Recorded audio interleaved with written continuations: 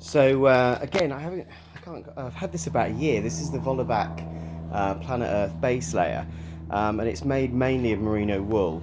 It's unusual for me, but somehow I've managed to own this for about a year and not got around to actually doing a review video of it.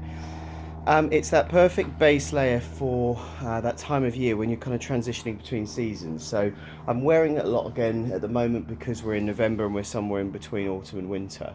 What I love about merino wool, normally I wear synthetic materials quite a lot when I'm outdoors and I'm running and hiking, but around this time of year I quite like to wear merino because it's warm when it needs to be and breathable and cool when it needs to be, but also if it gets wet from a heavy sweat and heavy rain, it still retains its thermal properties, which is something that synthetic clothing doesn't necessarily do. Um, this is kind of in between two parts of the range for the Planet Earth stuff. There is a Planet Earth hoodie that again I've reviewed separately, that's awesome, that's the kind of top layer, and it's my proper go-to thing in the winter, that's a hybrid between synthetic and merino, and I love it. And there's also a Planet Earth t-shirt that could theoretically go underneath this, so you've got a triple layer system if you want it. But in its own right, I really like this, and there's a couple of reasons why. It has a slightly more relaxed fit than the t-shirt and the typical stuff that Vollebak do, and actually that just makes it a bit more comfortable as a kind of base layer to wear. There's also, although it's pure merino wool, there's a 5% elastane in this, which gives it just a little bit more stretch than you'd get in a traditional wool garment, which I really like. But its party pieces are very typical of Vollebak. The first thing is that this top bit here acts effectively like a kind of neck warmer, but you can pull it up from this tag and it can go right over your mouth. So it can protect your mouth and your nose when the wind is really harsh and biting.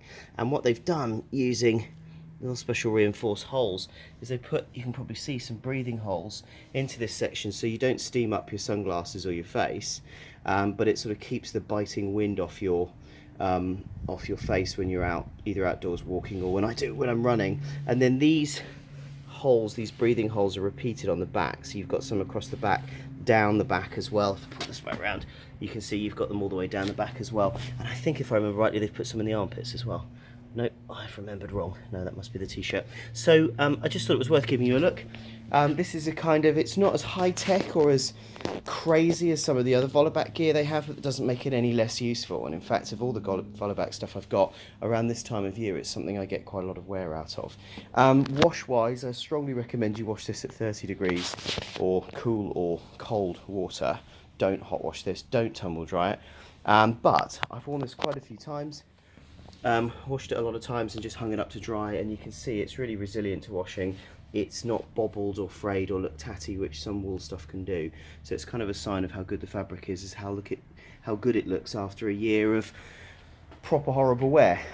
The other thing I like about wool is I get very sweaty and smelly when I'm out running and hiking, and wool is really resistant to that kind of horrible runners, hikers, body Faust smell as well. So again, that's another win for me for this product. But there you go.